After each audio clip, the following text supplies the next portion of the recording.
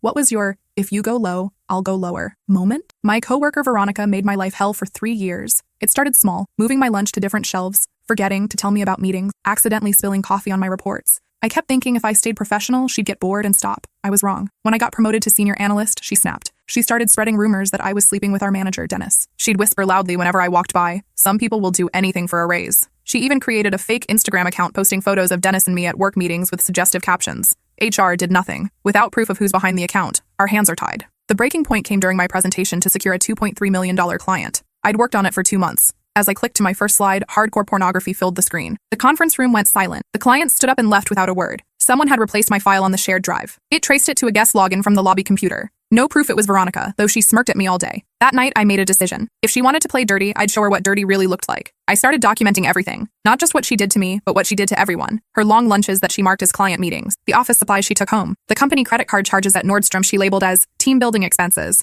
But that was just the beginning. I discovered Veronica had a side business selling our company's client list to competitors. She'd been doing it for years, using her assistant's login to access the database after hours. The total damage? Around $400,000 in lost contracts. I could have reported it immediately, but where was the poetry in that? Instead, I befriended her assistant, Meredith. Poor thing was miserable. Veronica made her work unpaid overtime, screamed at her daily, and took credit for all her work. Over coffee, Meredith mentioned she had recordings. "For my protection," she said, "in case she tries to fire me unfairly." "How many recordings?" I asked. "About 200 hours worth." We spent the next month building our case. Meredith had emails where Veronica explicitly discussed the client list sales, screenshots of her using racial slurs about our Asian colleagues, videos of her doing cocaine in the bathroom, the crown jewel, a recording of Veronica on the phone with her husband, planning to frame me for embezzlement if I ever challenged her again. She'd already started creating fake invoices with my signature. We were ready to strike when something unexpected happened. Veronica announced her pregnancy at the Monday meeting. Everyone congratulated her. She made a big show of how she'd finally have the family she'd always wanted, how her husband was over the moon. That afternoon, a woman appeared at reception asking for Veronica. She was crying, holding a baby. "Tell her Brad's other wife is here," she said. The entire office watched as Veronica came down, saw the woman, and went pale. The woman, Alyssa, had discovered her husband had been living a double life for 5 years. 2 wives, 2 sets of children, 2 mortgages he couldn't afford. Veronica collapsed, literally fell to her knees in our marble lobby. As security helped her to a chair, Alyssa turned to leave but stopped at my desk. "Thank you for the anonymous tip," she whispered. "The private investigator you recommended found everything." I hadn't sent any tip. I looked at Meredith, who was typing innocently at her desk. Later, she admitted she'd gone ahead without me, found Brad's other Facebook profile, connected with Alyssa, sent her everything. "You were taking too long," Meredith said, and Veronica deserved worse than just getting fired. But here's the thing. Veronica didn't get fired. She took maternity leave early, claimed emotional distress. The company didn't want a discrimination lawsuit from a pregnant woman whose life had just imploded. She was coming back in 6 months with full pay. That's when I decided if we were going low, we were going to hell. The first thing I did was audit every project Veronica had ever touched. See, while everyone was focused on her personal drama, I'd noticed patterns in her work. Projects she managed always had budget overruns. Vendors she selected always charged 15–20% above market rate. The same 3 companies kept winning bids. I created a spreadsheet. Over 7 years, the excess charges totaled $1.8 million. Then I looked up those 3 companies. They all had the same registered agent, Brad's brother, Keith. The addresses were virtual offices. The websites were templates with stock photos. Veronica hadn't just been selling client lists. She'd been running a full procurement fraud scheme with her husband's family. But I needed more proof, real evidence that would hold up in court, not just in a termination hearing. That's when Meredith introduced me to her roommate, Tamara. Tamara worked at the state attorney's office in the white-collar crime division. "This is RICO territory," Tamara said, looking at my documentation. "But you need financial records, bank statements, proof of kickbacks." "How would I even get those?" Tamara smiled. "You don't. But wronged wives in divorce proceedings? They get everything." 3 days later, I was having lunch with Alyssa. She was still reeling from discovering her husband's double life. But what really infuriated her was the money. "He told me we couldn't afford private school for the kids," she said. "Meanwhile, he bought her a Mercedes for Christmas." "Have your lawyers pulled his financial records yet?" I asked. "Everything. 7 years of bank statements, tax returns, investment accounts. Find anything interesting?" She laughed bitterly. "Besides the secret credit cards and the gambling debts, there are these weird deposits. Every month, $15,000 to $30,000 from companies I've never heard of." I slid her Tamara's business card. "The state attorney might want to see those records." While that investigation started, I focused on protecting myself and Meredith. Veronica might have been on leave, but she had allies in the office. Her best friend Diane from accounting had already started spreading rumors that I'd orchestrated Veronica's downfall out of jealousy. So I got creative. I started a weekly women in business lunch group, invited every female employee except Diane. During our 3rd meeting, I casually mentioned how hard it must be for Diane, being Veronica's only real friend. "What do you mean?" asked Priya from marketing. "Oh, you didn't know? Diane's been covering for Veronica's vendor fraud for years. Signed off on all those inflated invoices. Either she's incompetent or complicit." The room went quiet. Then Rochelle from legal spoke up. "Diane approved a $50,000 payment to a vendor that doesn't exist. I flagged it last year, but she said it was a clerical error." "Mine was $30,000, added Trinity from operations. "Same excuse." By the end of lunch, we'd identified 12 suspicious transactions Diane had personally approved. That afternoon, Diane was escorted out pending investigation. But Diane didn't go quietly. She sent a group email to the entire company before security could revoke her access. The subject line: "The truth about your whistleblower hero." In it, she claimed I'd been planning Veronica's downfall since day one, that I'd seduced Dennis first, then blamed Veronica when it went sour, that I was the one selling client lists and framing others. She even included photoshopped screenshots of fake conversations.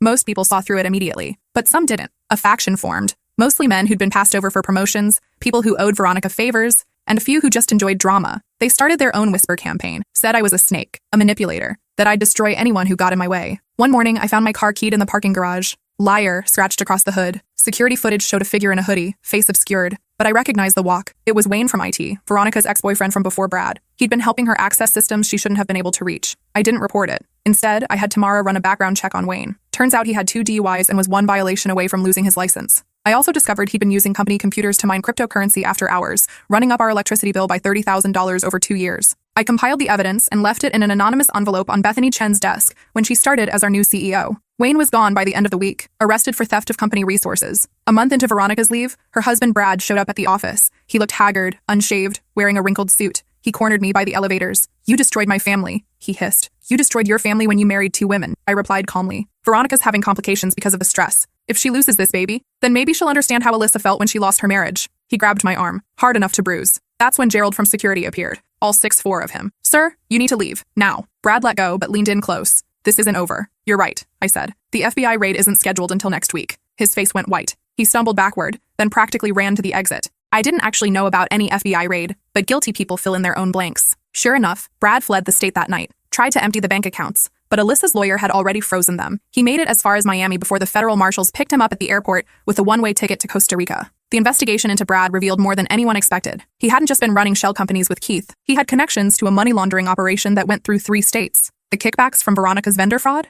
They were being washed through a casino in Atlantic City, then invested in real estate under false names. The FBI found 17 properties purchased with stolen funds. Total value, $4.2 million. All bought in the last 3 years while Brad was telling both wives they couldn't afford vacations. But the most damaging discovery was Brad's backup drive. He was paranoid about Keith betraying him, so he'd recorded all their conversations, including ones where Veronica explicitly planned which employees to target for termination so they could replace them with conspirators. My name was at the top of the list. "She's too smart," Veronica's voice said clearly on one recording. "We need her gone before she figures out the procurement angle. I'll start with sexual harassment rumors, escalate to performance issues, then plant evidence of embezzlement. 6 months tops." The recording was dated 2 weeks before my promotion. She'd been planning my destruction for months. The real FBI raid happened 2 weeks later, but it wasn't at Brad's house. It was at our office. Turns out, Veronica's fraud went deeper than anyone imagined. She wasn't just working with her husband's family. The CEO's brother-in-law, Garrett, was in on it. He'd been steering contracts to shell companies for a decade. Veronica was just middle management in a massive corruption scheme. They seized everything: computers, files, even the coffee machine for some reason. The entire company was shut down for a week, while forensic accountants combed through records. During that week, I got a call from a reporter at the Wall Street Journal. Someone had leaked the story to them. The sex scandals, the fraud, the drug connections, everything. They wanted my comment as the whistleblower. I declined to comment officially. But off the record, I gave them everything. Names, dates, amounts. The recording of Veronica planning to frame me. The evidence of Dennis's incompetence. Diane's role in the cover-up. The story ran on the front page of the business section. How a junior analyst exposed a $50 million corporate fraud ring. By the time we were allowed back in the office, half the executive team was gone, including Dennis, our manager. Not because he was involved in the fraud. He was just spectacularly incompetent. He'd signed off on budgets without reading them, approved vendors without verification. The board fired him for gross negligence. But Dennis's termination revealed something else. It found a hidden folder on his computer during the mandatory audit. It contained photos. Hundreds of photos of female employees taken without their knowledge. Upskirt shots in the elevator. Zoom-ins on chests during presentations. A whole subcategory dedicated to the summer interns, including my 19-year-old cousin who'd worked there the previous summer. Dennis wasn't just incompetent. He was a predator. His replacement was Bethany Chen, a former federal prosecutor who'd specialized in corporate corruption. Her first day, she called an all-hands meeting. "I've reviewed the files," she said. "I know who reported what, who stayed silent, who actively participated. There will be consequences for all 3 categories." She made eye contact with me. "Some of you showed exceptional courage in bringing this to light. You'll be rewarded accordingly." My promotion to Director of Compliance came with a 70% raise and a $50,000 whistleblower bonus. Meredith became Senior Administrative Manager with her own team, but Veronica still had 3 months of maternity leave. During those 3 months, the investigation expanded. The state attorney's office connected her vendor fraud to a larger network operating across 6 companies. Her name appeared in testimony. Her photo was in the news. She tried to negotiate a plea deal, but there was too much evidence. The cocaine videos Meredith had recorded? Turns out she wasn't just using, she was selling. Small amounts to select coworkers, but still dealing. The bathroom stall where she'd been recorded? They found her stash hidden behind a loose tile. 8 ball of cocaine, 50 Adderall pills she'd been selling to overworked analysts, and a dozen vials of steroids she was supplying to guys in sales. The DEA got involved. Suddenly, this wasn't just white-collar crime. This was drug trafficking in a federal building. Our office was in a complex that housed several government contractors. That made it a federal crime with mandatory minimums. But even that wasn't the worst part for Veronica. Remember those racial slurs Meredith had recorded? One of the people Veronica had insulted was Judge Harrison's daughter, who'd interned with us 2 years ago. Veronica had called her a diversity hire who couldn't analyze her way out of a paper bag, and said much worse things I won't repeat. Judge Harrison would be presiding over Veronica's trial. Veronica's lawyer immediately filed for a different judge, citing potential bias. The motion was denied. Judge Harrison stated he could remain impartial, despite personal connections to the case. 2 months into her leave, Veronica called me. It was 2 a.m. "Please," she sobbed. "I need this job. Brad's gone. His debts are all in my name too. If I don't have income, I'll lose everything." "You should have thought about that before you destroyed my presentation." "That wasn't me. It was Diane. She thought it would be funny. But you knew about it." Silence. "You knew, and you let it happen." "I was jealous," she admitted. "You're younger, smarter, everyone likes you. Dennis was always praising your work. I wanted you to fail just once." "Well, congratulations. You got your wish." "I did fail. That client went to our competitor. The company lost millions." "I'm sorry. I'm so sorry. Please, I have a baby coming. I need health insurance." "Actually," I said, "you have 2 babies coming." "What?" "Brad's other wife is pregnant too. Due 3 weeks after you." "Funny how that worked out." She went quiet for a long moment, then her voice changed, dropped the sob story act. "You think you've won," she said coldly. "But I know things. About you. About your family. That cousin of yours who interned here. I know what she did with Dennis. I have photos." My blood ran cold. "You're lying." "Am I?" "Check your email." I did. There was a photo of my cousin at the company party, clearly drunk, with Dennis's arm around her. Nothing explicitly incriminating, but suggestive enough to damage her reputation. "That's just the preview,"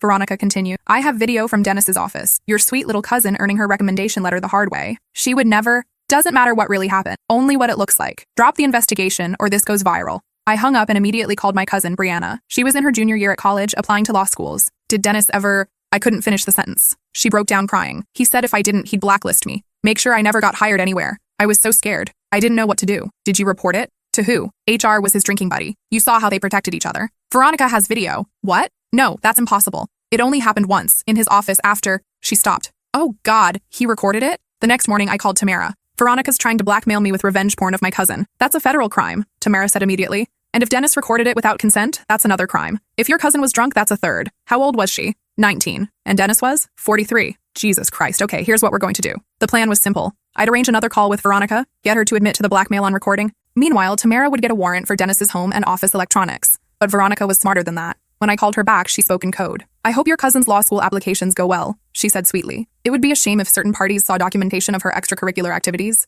"What do you want?" "You know what I want. Make this all go away." "I can't do that. The FBI is involved now." "Then you better find a way, or sweet little Brianna becomes internet famous." I wanted to reach through the phone and strangle her. Instead, I said, "Give me 48 hours. During those 48 hours, a lot happened. First, the FBI raided Dennis's house. They found his collection, over 10,000 files, videos and photos of at least 40 women, including 6 minors who'd been part of a high school mentorship program. The FBI tech specialist called it one of the largest voyeur collections they'd seen from a corporate environment. Dennis had installed hidden cameras throughout his office. Every meeting, every performance review, every closed-door conversation had been recorded, including his encounters with my cousin and 3 other interns over the years. But here's where it gets interesting. Dennis was paranoid about getting caught, so he'd installed cameras to watch his cameras. Meta surveillance. Those recordings showed Veronica entering his office after hours with a USB drive. She'd copied specific videos, the ones with my cousin and 2 other women who'd later opposed her in meetings. She'd been building a blackmail library. The FBI arrested Dennis at his new job. His laptop was open to an encrypted folder labeled Insurance. Inside were recordings of his conversations with Garrett, the CEO's brother-in-law.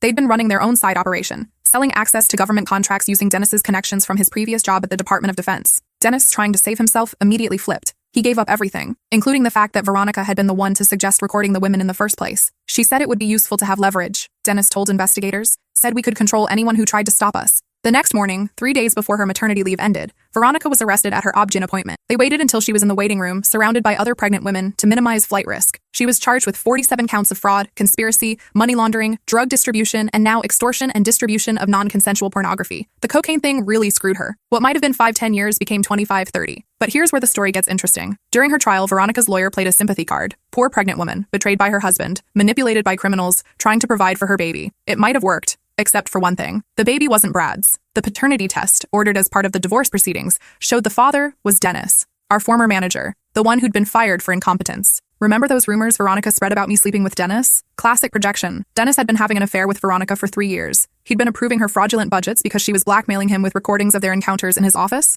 Recordings that explicitly discussed him fast-tracking her promotions in exchange for continued favors. But there was another layer. Veronica hadn't just been blackmailing Dennis. She'd been using him to record other women, then using those recordings to blackmail them too. A pyramid scheme of sexual exploitation. One of those women was Patricia, our former head of internal audit. She'd discovered discrepancies in Veronica's expense reports 3 years ago. Before she could report it, Veronica showed her a video of Patricia with Dennis at the Christmas party. Patricia had been drunk, recently divorced, vulnerable. The video made it look consensual, but Patricia had no memory of it happening. Patricia quit the next day, moved to another state, but when she heard about the investigation, she came forward. "I've been in therapy for 3 years," she told the court. "I attempted suicide twice because of what they did to me." Then came Natalie from product development. She deposed Veronica's vendor selection in a meeting. 2 days later, Veronica threatened to send an edited video to Natalie's husband, made it look like she was having an affair with Dennis when really she'd just been fixing her skirt after standing up from a chair. The angle, the editing, it was crafted to destroy her marriage. 7 women total came forward during the trial, each with a similar story. Each had opposed Veronica in some way. Each had been threatened with manufactured evidence of sexual impropriety. Dennis was charged with 180 counts of voyeurism, sexual coercion, and creation of child pornography for the videos of the minor mentees. He got 45 years. He'll die in prison. The trial was a sensation. Every day brought new revelations. Veronica hadn't just been running fraud. She'd been collecting blackmail on half the company. She had photos of the CFO at a strip club using the company credit card,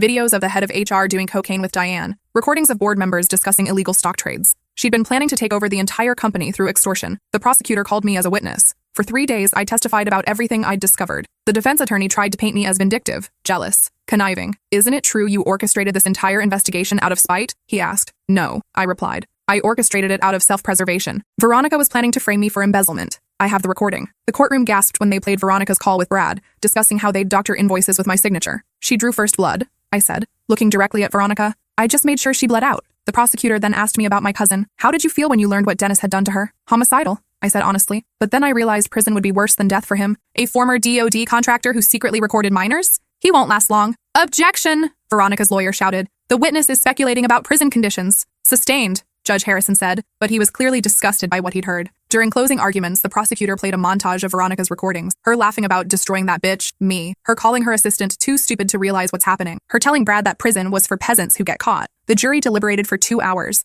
guilty on all counts. Judge Harrison, during sentencing, didn't hide his contempt. "Ms. Madison," he said to Veronica, "you represent the worst kind of corporate criminal. You didn't just steal money. You stole dignity, safety, and peace of mind from dozens of people. You weaponized the most intimate violations for profit and power. You created a culture of fear and exploitation that destroyed lives." He paused, looking at the gallery where many of Veronica's victims sat. "Your own recordings show you took pleasure in causing pain. You called your victims weak, stupid, pathetic. Well, Ms. Madison, they're here today, strong and united, having brought you to justice. The only pathetic person in this courtroom is you." He gave her 30 years, with possibility of parole in 20. But with federal charges and state charges to run consecutively, she won't be eligible for release until she's 67. As they led her away, Veronica looked at me one last time. "I hope you're happy," she said. "I'm not," I replied honestly, "but I'm free." The aftermath was surreal. The company had to rebuild from scratch. Bethany Chen became CEO and cleaned house. Anyone who'd known about the corruption and stayed silent was terminated. The company implemented the strictest compliance protocols in the industry. Every transaction required multiple approvals. Every vendor went through extensive vetting. Every employee underwent background checks annually.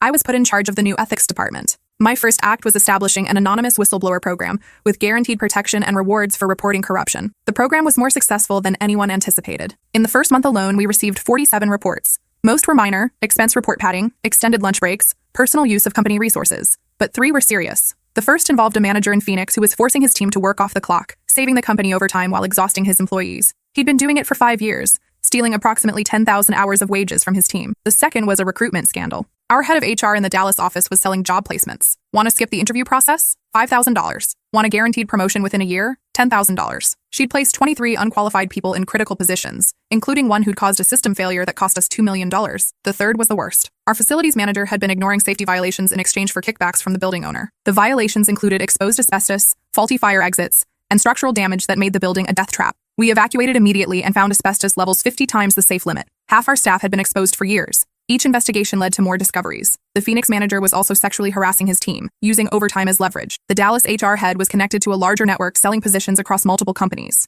The facilities manager had done the same thing at 3 previous companies, leaving a trail of sick employees who developed respiratory problems. Bethany Chen gave me full authority to clean house. In 6 months, we terminated 73 employees for various violations. Another 40 resigned when they realized they were under investigation, but we also implemented reforms. Mandatory ethics training that actually meant something, using real cases from our company, including Veronica's. Rotation of audit responsibilities, so no one person could control oversight. A buddy system for large transactions where 2 unrelated employees had to sign off. Most importantly, we created a victims fund, using the restitution money from Veronica, Dennis, and the others. We set up a program to help employees who'd been harmed. Therapy for those who'd been recorded. legal assistance for those who'd been blackmailed, financial compensation for those who'd lost promotions or raises due to the corruption. My cousin Brianna was our first beneficiary. We paid for her therapy, her law school tuition, and hired the best lawyer in the state to ensure all recordings of her were destroyed and that she could sue Dennis's estate. She graduated summa cum laude and now works for the DOJ prosecuting corporate crime. You saved my life, she told me at her graduation. When Veronica threatened to release that video, I was ready to give up everything. Drop out,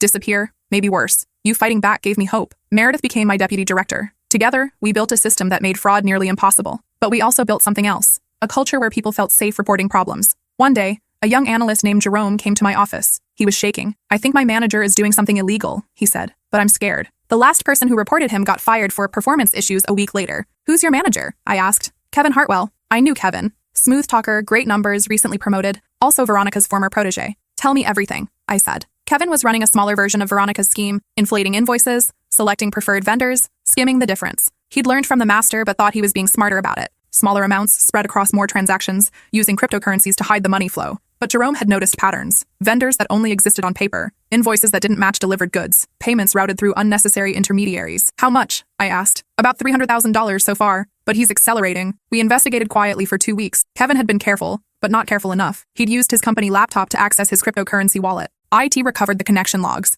The wallet contained exactly the amount missing from the inflated invoices. But then we found something else. Kevin wasn't working alone. He had a network of 5 other Veronica proteges across different departments. They called themselves the Legacy, continuing Veronica's work, but smarter. They communicated through a gaming platform, thinking it was secure. It wasn't. Our new security system flagged unusual network traffic and traced it back to them. Their conversations were damning. Veronica was too greedy, Kevin wrote. Too obvious. We keep it under 2% and no one notices. The new compliance bitch thinks she's so smart, wrote Candace from procurement, but she's focused on the big fish. We're the minnows. Just 6 more months and we'll have enough to disappear, added Roberto from finance. They'd stolen $1.7 million collectively and planned to frame Jerome for it when they left. I brought it to Bethany immediately. How do you want to handle this? She asked. Publicly, I said. Make an example of them. The next Monday, during the all-hands meeting, Bethany announced a surprise audit. As she spoke, security officers entered and stood by the exits. We've discovered another corruption ring, she said. Learning nothing from their mentor's fate, 6 employees thought they could continue her legacy. She named them. The room gasped. These were rising stars, well-liked, seemingly above suspicion. They called themselves the Legacy, Bethany continued. Well, here's their legacy: criminal prosecution, industry blacklisting, and prison time. Security escorted them out as everyone watched. Kevin tried to maintain his composure, but Candace was crying. Roberto threw up in a trash can. Their trials were swift. Without Veronica's resources or connections, they had no defense. Each got 5-10 years and had to pay full restitution. But the real vindication came a year later. Alyssa Brad's legitimate wife reached out to me. She wanted to thank me for exposing the truth. She'd gotten full custody of their kids, the house, and most of the assets that weren't seized. She'd also started a support group for women who'd been deceived by partners living double lives. You saved me years of lies, she said. My kids would have grown up thinking their father's behavior was normal. She invited me to speak at her support group. I told my story, not just about Veronica, but about choosing to fight back instead of giving up, about going lower when someone tries to push you down. The high road is a luxury for people who aren't being actively destroyed, I said. Sometimes you have to get dirty to get clean. One woman raised her hand. Don't you worry about becoming like them? Like Veronica? I thought about it. Veronica destroyed people for fun, for profit, for power. I destroyed Veronica for survival. There's a difference between being a predator and being prey that fights back. After the meeting, a young woman approached me. She looked familiar. I'm Christina, she said. Veronica's sister. I tensed, ready for confrontation. I wanted to thank you, she continued. My family always knew something was off with Veronica, but we could never prove it. She destroyed our mother's credit, stole our grandmother's inheritance, got our brother fired from 3 jobs. You did what we couldn't. She handed me an envelope. This is from our grandmother. She wanted you to have it. Inside was a check for $10,000 and a note for standing up to my granddaughter when her own family couldn't. I donated the money to Alyssa's support group. 3 years have passed since Veronica went to prison. The company is thriving under Bethany's leadership. We've won awards for corporate transparency and ethical business practices. Our stock price has tripled, but the story doesn't end there. Last year, I got a call from a federal prosecutor in New York. They were investigating a massive corporate fraud scheme. Dozens of companies, billions of dollars, connections to organized crime. We keep seeing the same name in recovered documents, he said. Someone taught these people how to run procurement fraud and sexual blackmail operations. Veronica, I said. She was running seminars from prison, using her lawyer to pass information. We think she trained over 50 people before we caught on. They needed someone who understood her methods to help unravel the network. I spent 6 months consulting for the DOJ, analyzing patterns, identifying tells, teaching investigators how to spot Veronica-style fraud. We identified 37 active operations across the country, all using her playbook. Infiltrate through charm and false competence. Identify and compromise key personnel. Gather blackmail material via sexual exploitation. Create shell companies for procurement fraud. Build protection through mutual culpability. Destroy anyone who asks questions. The investigation led to 200 arrests and recovered $400 million. They called it Operation Legacy, a final insult to Veronica and her disciples. During the investigation, I learned something disturbing. Veronica had been keeping journals in prison, detailed accounts of her crimes, her methods, her philosophy. She was writing a book, Corporate Conquest, a guide to taking everything. Her lawyer had been shopping it to publishers as a cautionary tale, but really it was an instruction manual for corporate predators. 3 publishers were interested, seeing dollar signs in the controversy. I couldn't let that happen. I contacted every one of Veronica's victims. We organized, pooled resources, and hired a law firm. We threatened lawsuits against any publisher who touched the manuscript. We pointed out that profiting from crimes, especially ones involving sexual exploitation, could make them accessories after the fact. All 3 publishers withdrew their interest. But Veronica found another way. She started a prison blog, dictating posts to a supporter on the outside. She positioned herself as a victim of corporate sexism, a woman punished for being ambitious. She gained followers, angry people who saw her as a hero fighting the system. I created my own blog in response. For every post she made, I published court documents, recordings, victim testimonies. I showed the real Veronica, not the victim she pretended to be, but the predator she was. The war of words lasted 6 months. Then one of her victims, Patricia, the former head of internal audit, did something brilliant. She sued Veronica for intentional infliction of emotional distress. The case was solid, the damage documented. The court ordered Veronica to pay $2 million in damages. Since Veronica had no money, the court ordered any future earnings, including book deals, speaking fees, or blog monetization, to go to Patricia first, then to the other victims in order of their lawsuits. Veronica would never profit from her crimes, but she had one more card to play. From prison, she reached out to a documentary filmmaker known for sympathetic portrayals of convicted women. She promised exclusive interviews, access to her journals, the real story of her downfall. The filmmaker, Desiree Blackwood, contacted me for comment. I agreed to meet her. Veronica says you orchestrated everything, Desiree said, that you were the real criminal who framed her. I laughed. Did she mention the recordings of her planning to frame me? The cocaine dealing? The sexual blackmail? She says those were taken out of context or fabricated. I pulled out my laptop and played Desiree the full recordings. 2 hours of Veronica describing, in detail, how she destroyed people for fun, how she picked victims based on vulnerability, how she got sexual pleasure from watching people cry. Desiree went pale. This isn't what she told me. Veronica is a sociopath, I explained. She mirrors what people want to see. For you, she's playing the wronged woman, because that fits your brand. But she's a predator, and you're just her latest mark. Desiree killed the documentary. Instead, she made one about Veronica's victims, called The Legacy of Silence. It won 3 awards and donated all profits to corporate whistleblower organizations. I still work at the company, now as Executive Vice President of Compliance and Ethics. My salary is 7 times what it was when Veronica was making my life hell. But more importantly, I've helped create systems now used by dozens of companies to prevent Veronica's from taking root. Every month, I get a notification that money has been deposited into a special account. It's restitution from Veronica, Diane, Keith, Brad, Dennis, and all the others, ordered to pay back everything they stole. The court allocated 30% to victims, including me. By the time Veronica gets out of prison, she'll have paid me $400,000. I don't spend it. I invested in a fund for whistleblowers who lose their jobs for reporting corruption. We've helped 312 people so far. Each one is a victory against the Veronicas of the world. Last month, I got a letter from federal prison, from Veronica. She wanted to apologize, claimed she'd found religion, was getting therapy, understood the harm she'd caused. At the bottom, she wrote, I know you'll never forgive me, but I need you to know. You won. You broke me completely. Are you satisfied? I wrote back one sentence. I'm not interested in your satisfaction or mine. I'm interested in justice. She wrote again, this time angrier. You destroyed everything. My marriage, my career, my future. You're worse than I ever was. This time I wrote a longer response. You destroyed your marriage when you cheated with Dennis and helped Brad commit bigamy. You destroyed your career when you chose fraud over competence. You destroyed your future when you decided to be a predator instead of a professional. I didn't do anything to you. I just held up a mirror and let everyone see what you really were. The destruction was all your own making. She didn't write again for 6 months. Then I got a final letter. I'm getting out in 17 years. I'll be old, broke, and alone. You took everything from me. But I learned something from you. How to go lower than anyone expects. When I get out, I'm coming for you. I forwarded the letter to the FBI, the prison warden, and the parole board. Threatening a witness is a federal crime that adds 5 years to a sentence and eliminates parole eligibility. Veronica won't be getting out in 17 years anymore. She'll serve the full 30, maybe more if she keeps making threats. People sometimes ask if I regret going so low, if I feel guilty about destroying so many lives. I tell them about the $400,000 in stolen contracts that hurt legitimate businesses, the employees who were terrorized into silence, the young women like Meredith who were abused daily, the investors who were defrauded, the families destroyed by lies and corruption, my cousin who almost gave up her dreams because of what Dennis did to her. Then I asked them,